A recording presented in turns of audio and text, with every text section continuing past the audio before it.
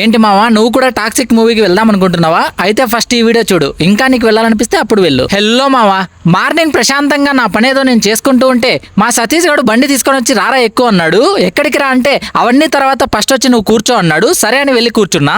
సరే ఎప్పుడైనా చెప్పురా ఎక్కడికి వెళ్తున్నామంటే టాక్సిక్ మూవీకి వెళ్తున్నాం అంటున్నాడు.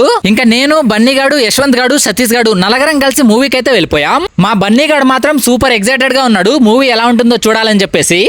ఆగలేకపోతున్నాను సార్, ఆశతో ఆతృతగా ఉంది, సంతోషంగా ఉంది. ఇంకా ఫైనల్ గా థియేటర్ దగ్గరికి వెళ్ళిపోతే అక్కడేం పెద్దగా హడావిడేం లేదు, నార్మల్ గానే ఉండింది. మూవీ టైం ఏమో అయిపోతుంది కానీ మా సతీష్ గాడు, యశ్వంత్ గాడు మాత్రం బైక్ పార్క్ చేస్తామని వెళ్ళి ఇప్పటిదాకా రావట్లేదు. అలా కాసేపటి తర్వాత వీళ్ళు వచ్చిందే లేటు, మళ్ళీ రన్రా టైం అయిపోతుంది అంటున్నారు. బేసిక్ సెన్స్ ఉండదు మనుషుల దగ్గర.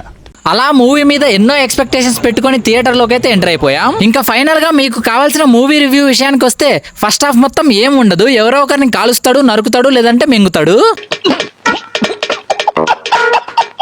ఇక సెకండ్ హాఫ్ గురించి అయితే అసలు మాట్లాడుకోవడమే వేస్ట్. అయినా తప్పు మనదేలేండి, ఆల్రెడీ ఎక్స్పెక్టేషన్స్ పెట్టుకోవద్దని యశ్ అన్న ముందే చెప్పాడు.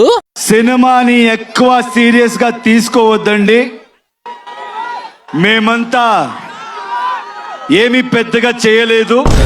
లాస్ట్ 10 minutes అయితే వేరే లెవెల్ ఉంటుంది. సినిమా చూస్తున్న ప్రతి ఒక్కరిని ఎర్రిపప్పలు చేసేశారు. అది మా మూవీ రివ్యూ అయితే. ఇంత విన్న తర్వాత కూడా నీకు ఇంకా మూవీకి వెళ్ళాలనిపిస్తే అది నీ ఇష్టం. మీలో ఎవరైనా మూవీకి వెళ్ళుంటే మీకు ఎలా అనిపించిందో మూవీ కింద కామెంట్ లో చెప్పండి. సరే అయితే ఇవాళకి ఇంతే మరి, తర్వాత నెక్స్ట్ వీడియోలో కలుసుకుందాం. వెళ్ళొస్తా మరి, బాయ్.